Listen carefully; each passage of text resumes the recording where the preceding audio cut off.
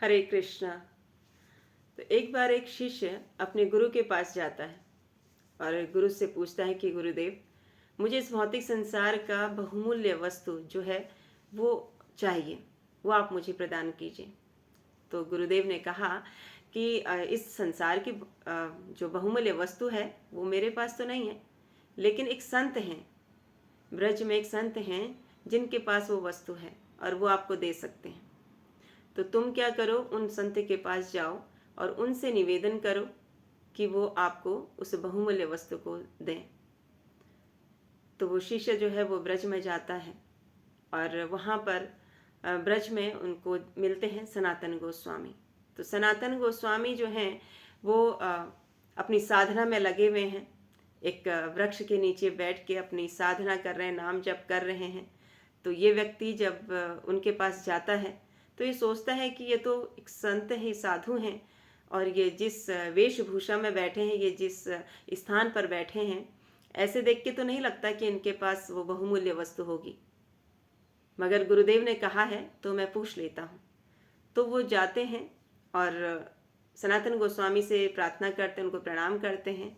तो उनको बोलते हैं कि मेरे गुरुदेव ने कहा है कि आपके पास इस भौतिक संसार की बहुमूल्य वस्तु है, तो वो मुझे आप दे सकते हैं, तो आप कृपा कीजिए, मुझे उस वस्तु को दीजिए। तो सनातन गोस्वामी ने कहा कि अच्छा, तुम्हें इस भौतिक संसार की बहुमूल्य वस्तु चाहिए। तो उन्होंने इशारा किया कि सामने ये डब्बा है, इसमें वो बहुमूल्य वस्तु है, वो आप ले लीजिए। तो ये शिष्य जाता है उस डिब्बे के पास और उस डिब्बे में देखता है तो वो एक कूड़ेदान था, एक डस्टबिन था। उसमें से वो एक चमकता हुआ पत्थर उसको निकालता है, तो वो हीरा था। तो उसको निकाल के उसको ले लेता है और ये बहुत प्रसन्न होता है और सोच फिर उनको प्रणाम करता है और उसको लेकर वापस आ जाता है अपने गुरु के पास। जब अपने गुरु के पास वापस आ रहा होता है तो मार्ग में सोचता है कि मुझे कहीं बेवकूफ़ तो नहीं बना दिया, क्योंकि अगर ये इस भौतिक संसार का सबसे कीमती वस्तु होती तो फिर इसको डस्टबिन में क्यों रखा होता। इसको तो उन्होंने कहीं इसकी बहुत केयर से इसको रखा होता, इसको संभाल के रखा होता, इसको डस्टबिन में क्यों डाला था। तो वापस अपने गुरु के पास जब पहुंचता है तो गुरु से कहता है कि गुरुदेव, मुझे ये वस्तु मिल तो गई है, लेकिन मुझे डाउट है। तो गुरु महाराज ने पूछा कि क्या डाउट है। तो बोले कि मुझे ये संशय है कि अगर ये इस भौतिक संसार का बहुमूल्य वस्तु होती तो इसको डस्टबिन में वो क्यों डालते, इसको तो संभाल के रखना चाहिए, ऐसा क्यों किया गुरुदेव उन्होंने। तो गुरुदेव बोले कि जाओ, ये तो वही तुम्हें बता सकते हैं, उन्हीं के पास जाओ, उनसे पूछो। तो वापस ब्रज में आता है और सनातन गोस्वामी के पास जाकर उनसे पूछता है कि अगर इस भौतिक संसार की ये सबसे बहुमूल्य वस्तु है तो ये आपने डस्टबिन में क्यों रखी है। इसका मतलब ये है कि इससे भी कीमती वस्तु आपके पास है। तो सनातन गोस्वामी ने कहा, हाँ मेरे पास है इससे भी कीमती वस्तु। तो शिष्य बोला कि गुरुदेव, स्वामी जी, मुझे वो चाहिए जो इससे भी कीमती है। तो सनातन गोस्वामी ने कहा कि जाओ, इसको जो तुम्हारे पास है इसको पहले यमुना जी में फेंक कर आओ, है ना, तब मैं तुम्हें इससे बेशकीमती वस्तु दूंगा। अब वो गया और उस हीरे को यमुना जी में फेंक दिया। वापस आकर कहते हैं, अब मुझे आप वो दीजिए कीमती वस्तु। तो सनातन गोस्वामी ने एक जपमाला उठाई और उनको प्रदान की, उनको दी। तो बोले कि ये तो माला है, ये बेशकीमती कैसे हो सकती है, इसका क्या करूं। तो सनातन गोस्वामी ने कहा कि ये माला पकड़ो और हरे कृष्ण कृष्ण कृष्ण हरे हरे, हरे राम राम राम हरे हरे, इस मंत्र का इस माला के ऊपर जप करो। इस ब्रह्मांड में इससे कीमती वस्तु कुछ भी नहीं है, तुम इसका जप करो।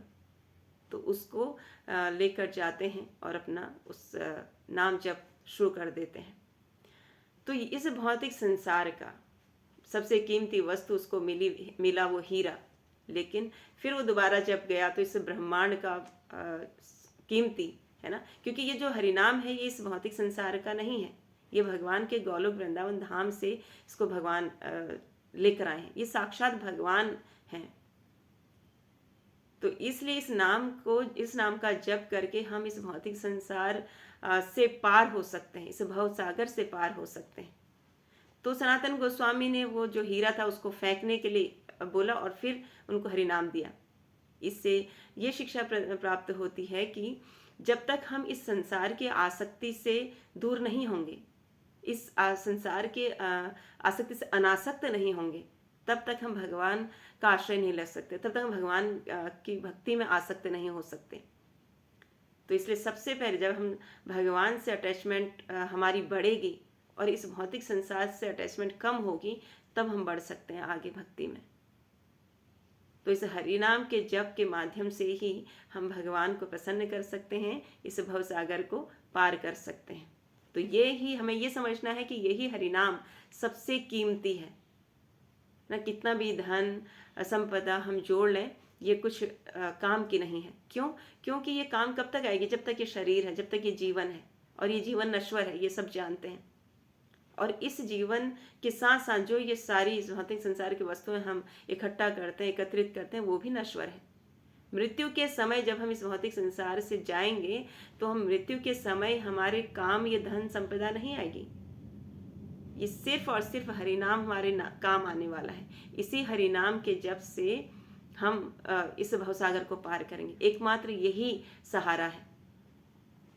तो भौतिक संसार की जिम्मेदारियों को निभाते हुए डेली रूटीन में हमें अपनी हरे कृष्ण महामंत्र की जप की संख्या को पूरा करना है। तभी यही हमारे पास एक बेशकीमती वस्तु है। इससे बहुमूल्य वस्तु कुछ नहीं है। भवसागर से पार हमें भौतिक संसार की वस्तुएं नहीं कमा सकती, जिसके लिए हम बहुत प्रयास करते हैं, बहुत मेहनत करते हैं जिसको कमाने के लिए, वो हमें इस भवसागर से पार नहीं करा सकती।